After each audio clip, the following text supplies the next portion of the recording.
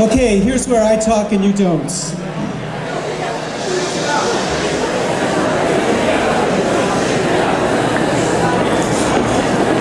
So it was 5 years ago tomorrow. Something called CC 1.0 was born. The event looked a lot like this event tonight. One guy in particular was there. He's here tonight again, DJ Spooky. And then we had this amazing presentation, something that's never been done before and never been done since. I want to show a little bit of it in reminiscence. What you were doing, great access to the glories of your age,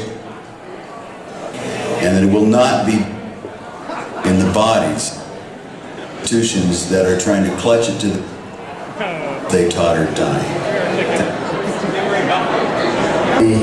Here via this person. But I wanted to say words about Larry Lessig of Creative Commons. The following reason. Larry makes it clear that he is respect. So what happened 5 years ago, and amazingly so, was John Perry Barlow and the late Jack Valenti on stage together virtually, both endorsing one idea, the idea that in the world as screwed up as it is, John Perry Barlow because of copyright, Jack Valenti because of piracy, Creative Commons would provide a common solution. And in those 5 years since, there's been an explosion in people taking up the Creative Commons license and doing something about it because of support by a wide range of foundations, making this institution reach far beyond anything any of us ever imagined would happen. And this year, too, extraordinary events have reminded us about how broadly this has spread. You might have seen this. It's wonderful to be here. What Indira didn't tell you is that this lecture series used to be called The Last Lecture. If you had one last lecture to give before you died, what would it be? Oh, damn, I finally nailed the venue and they renamed it. So, in case there's anybody who wandered in and doesn't know the backstory, my dad always taught me when there's an elephant in the room, introduce them. If you look at my CAT scans, there are approximately 10 tumors in my liver, and the doctors told me 3 to 6 months of good health left. That was a month ago, so you can do the math. I have some of the best doctors in the world. So that is what it is. We can't change it, and we just have to decide how we're going to respond to that. We cannot change the cards we are dealt, just how we play the hand. So Randy Pausch gave this extraordinary last lecture. More than 7 million people have viewed it on the web. He was just commissioned $7 million to write the lecture in a book that includes a lecture that's available for free online under a Creative Commons license. Or this extraordinary institution, MIT, which this year completed the project of making absolutely every single course at MIT available for free to everybody in the world under a Creative Commons license. Or this project too, coming out of MIT, the One Laptop Per Child project, which comes with Creative Commons built into the infrastructure with code that makes it possible to mark content and share it freely. This year we launched a project called CC Learn with a Hewlett Foundation support extending the ideas of Creative Commons into the area of education. This year, after 5 years of work, the geeks released their first paper, CC Rel, Creative Commons Rights, Expression, Language. It's really geeky, but it's really important as a way to express the freedoms associated with this content. YouTube began to refer people to Creative Commons content when their content turned out to be the sort that the content owners didn't want them to use. Typepad built us into the infrastructure. Sony's iVio, the YouTube for Japan, expressly requires people include and use Creative Commons license in any stuff they're uploading into this site.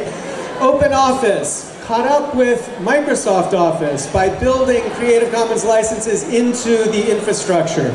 7 new countries joined the family, meaning 41 are now inside Creative Commons license. Science Commons launched an extraordinary NeuroCommons project, the most important semantic web project out there right now.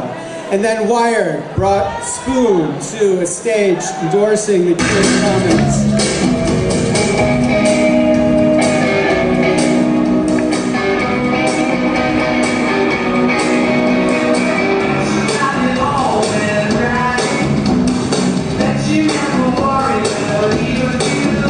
Way too cool for us. TED Talks spread across the world under CC licenses, podcast talks spread along the world under CC licenses, and maybe most amazing, an announcement made in this city just a couple weeks ago. Jimmy Wales stood before a group celebrating the iCommons 50 parties around the world and announced that the Wikipedia community had asked the Free Software Foundation to allow them to make the choice of moving from the free document license to a Creative Commons license.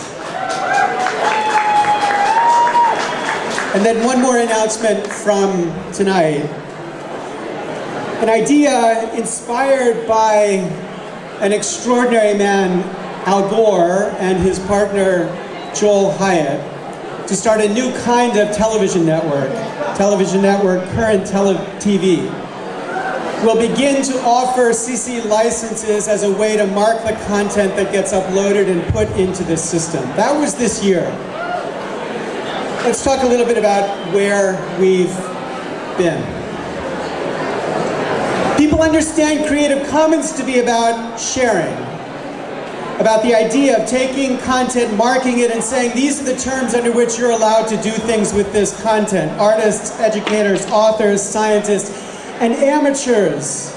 An idea we should celebrate, a definition John Perry Barlow taught me. People who do things for the love of what they do and not for the money.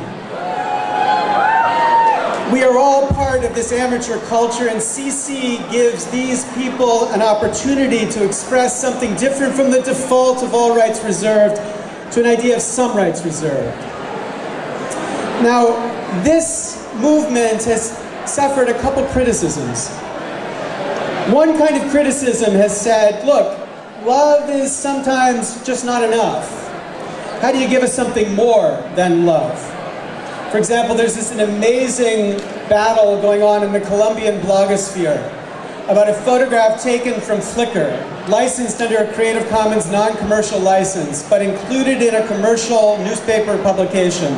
And all of a sudden, hundreds of people in Colombia are defending the copyright of this creator because it's misused by this commercial publication.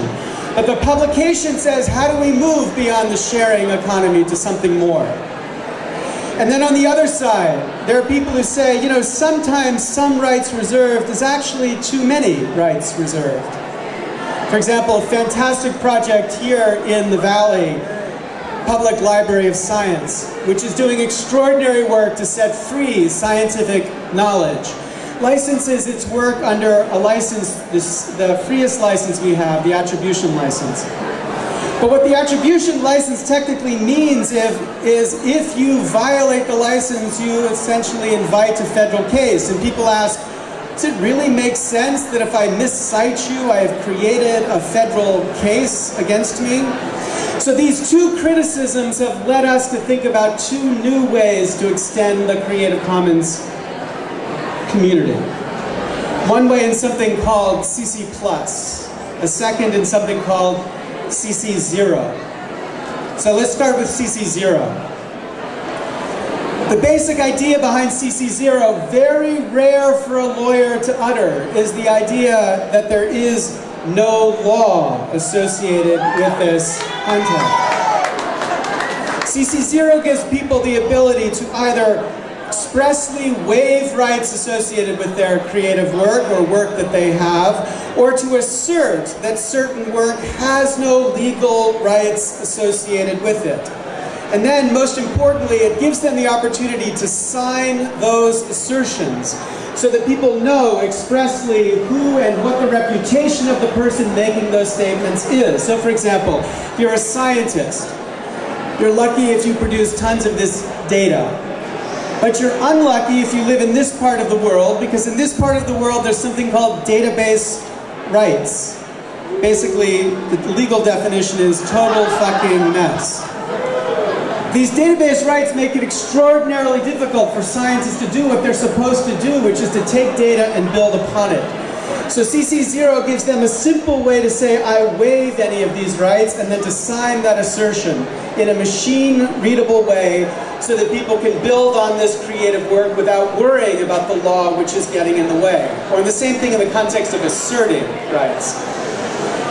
If you have a very old book like this Bleak House publication, and you're inspired in the way Brewster Kahle is inspired to scan this and make it available on the internet, you might want to expressly say to others, this work lives in the public domain, and sign it so that people know that they can build and do things with this work without any questions added on top, in a machine-readable, reliable way. So the first essence of this idea is that CC0 means no law applies here. The significance of the assertions will depend upon the signatures. It's a way of marking to make useful the public domain. That's its first part. But wait, there's more.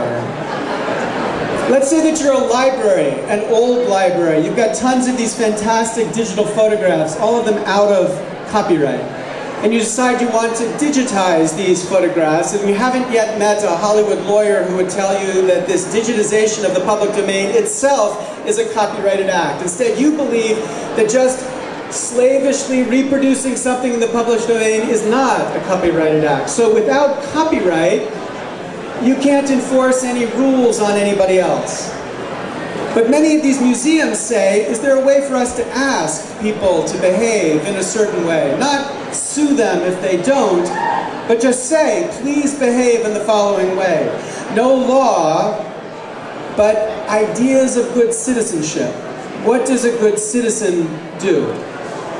So CC0 adds to its no law space the idea of some norms that communities can begin to assert tied to their work. So, no law, do whatever you want. You can't be sued for whatever you do here. But a good citizen cites or gives acknowledgement or says, this museum took the expense of copying this work for us. This was pushed on us, this idea, by leaders in the open education movement, in particular Dave Wiley, who began to see that the idea of free content gets cluttered by the law and therefore needs to be simplified by relying upon what we've always relied upon, simple ideas of just doing what's right. And scientists too, who've begun to push this idea of the Open Access Data Protocol, the Talus and Open Knowledge Foundation, demanding that scientists make their work available in a way others can build upon it.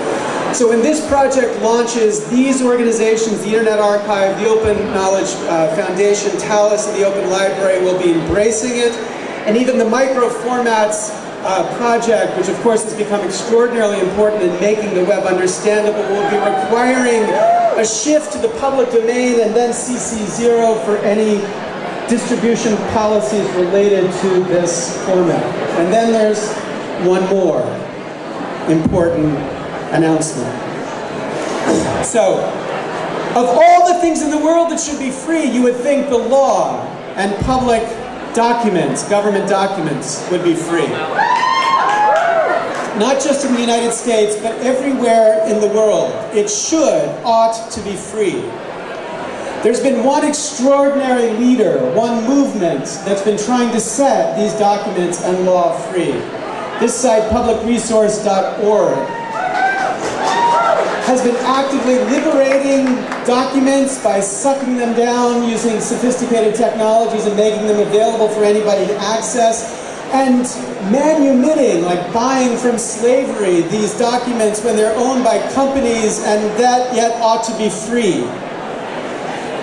Making these documents then available in a no legal restriction way, machine readable, not to compete with fantastic sites like the Cornell Law Library or the Old Law site just begun, but to support them through free resources. This has been the objective of public resource. And tonight, we're announcing, in cooperation with Public Resource, that CC is acquiring Public Resource and launching a beta project called the Legal Commons.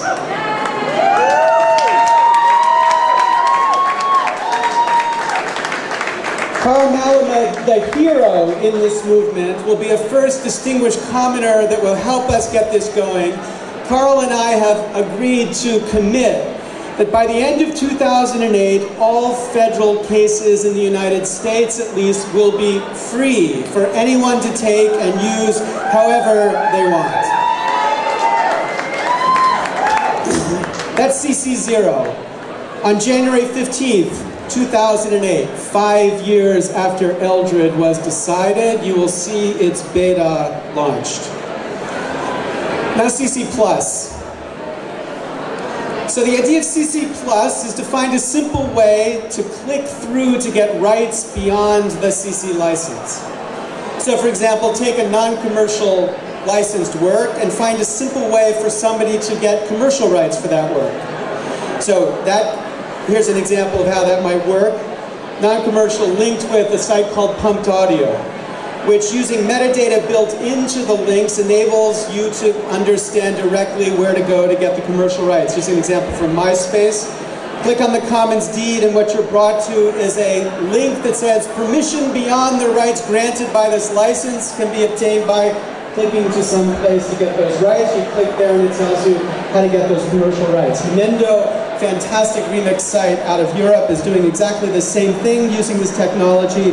And of course, Magnitude, one of the most important of the sites in the United States and a very strong CC supporter from the very beginning, has been directly implementing this technology precisely so that it's simple to cross over between a world where things are given away for free and commercial rights when commercial rights are appropriate, supporting sharing, but also in some contexts enabling profit to the artist from uses beyond the uses authorized by the license.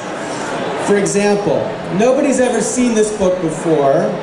This is a book that was published by my publisher 2 days after September 11th, and it was not the most important topic to be read in America at the time. Just today, my publisher has allowed me to say, with this work, now with all of my books, it's available under a Creative Commons non-commercial license. And that license explicitly allows you to click through to Random House to get permissions beyond that. This technology launches today with all of these companies already deploying the CC Plus technology. But then there's one extraordinarily exciting additional story that I'd like to invite a guest, Joe Sino, Senior Vice President of Global and IP Business Strategy for a company you might have heard of, to come and describe.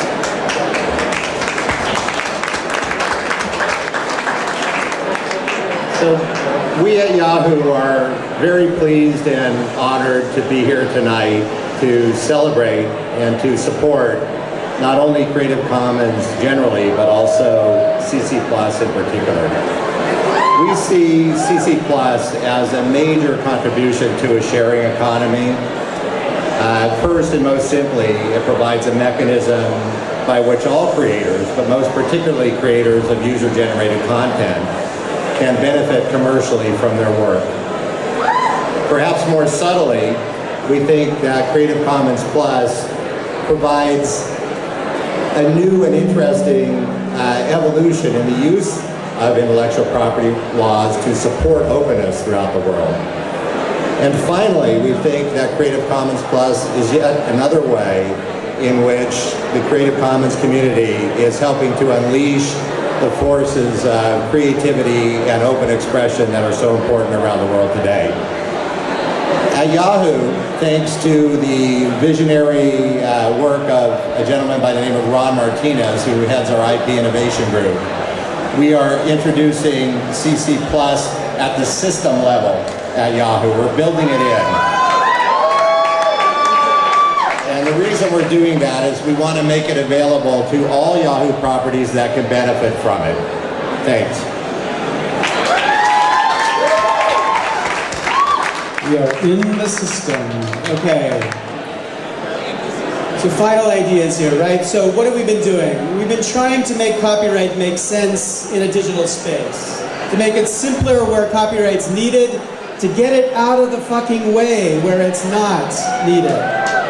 This is being done not by coercive government change or by people ignoring people's rights. It's being done by private, voluntary actions of artists and creators to build some alternative and to build support.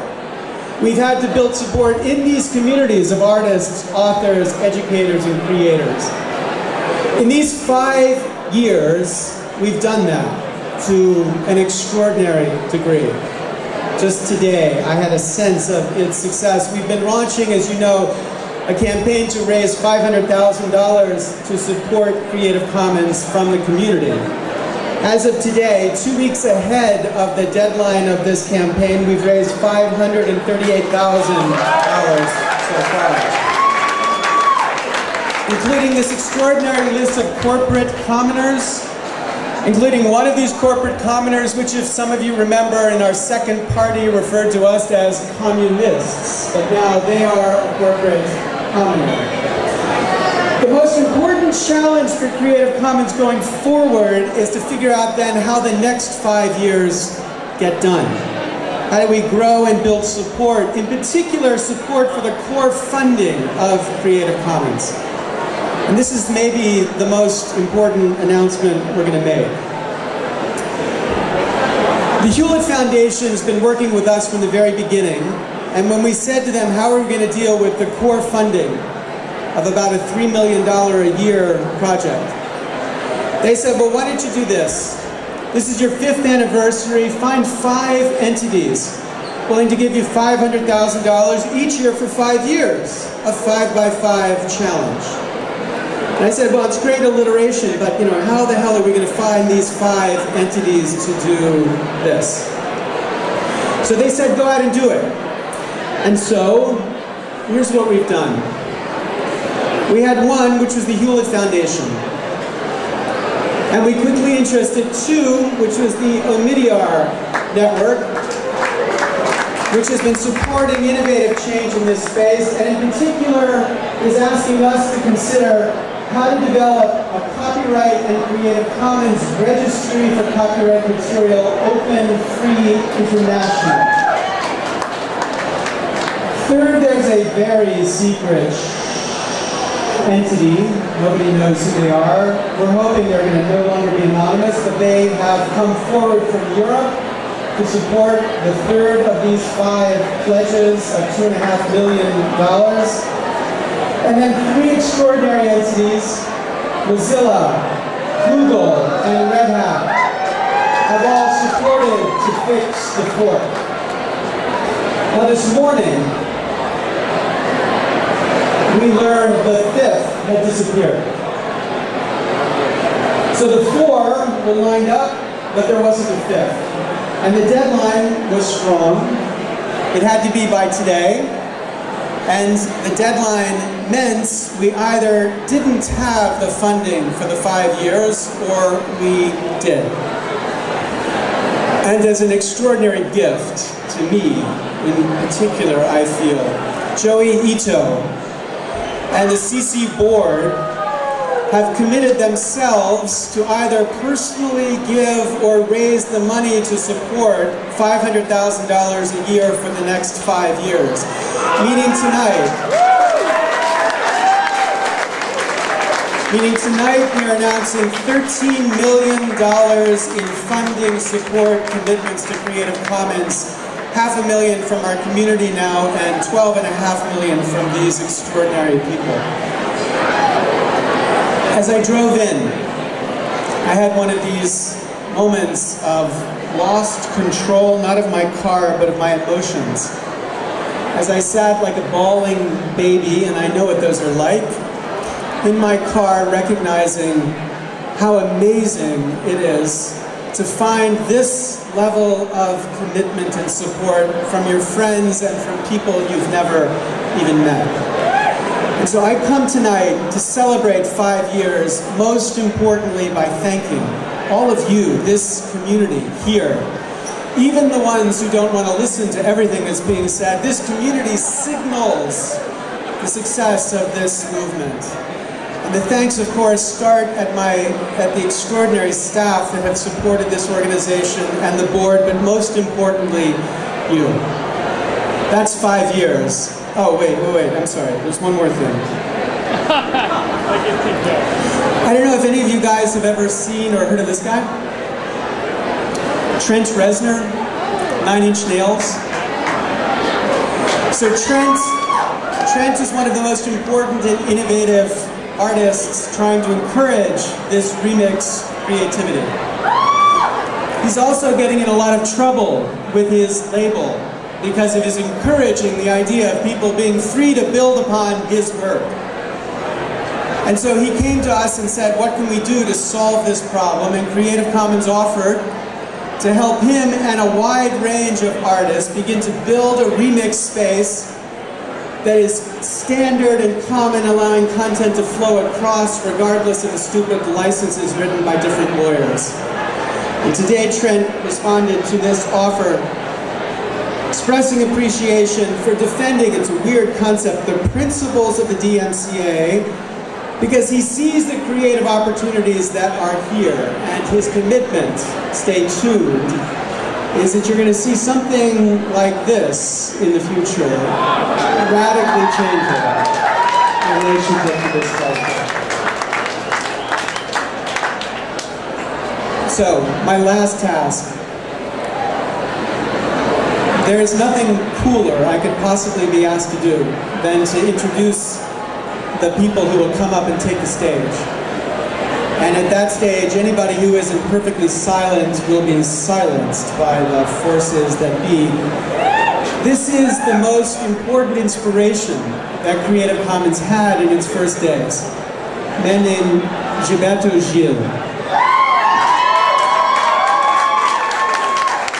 John Perry Barlow took me to meet Gilberto Gil, and he sat on the floor of his apartment playing his guitar, never once looking up as I had described to him Creative Commons. And after about 20 minutes, many of them silence for me as he played, he looked up and said, "How can I help?" And what he has done as an artist and as the Minister of Culture in Brazil is help open up an understanding about what this mode, this opportunity for creativity is. He is an extraordinary musician, and a special extra bonus, he's brought his son, Bem, who will also be performing with me. So I want you to join me in welcoming to the stage to celebrate the 5th anniversary of Creative Commons, Gilberto Gil and Bem.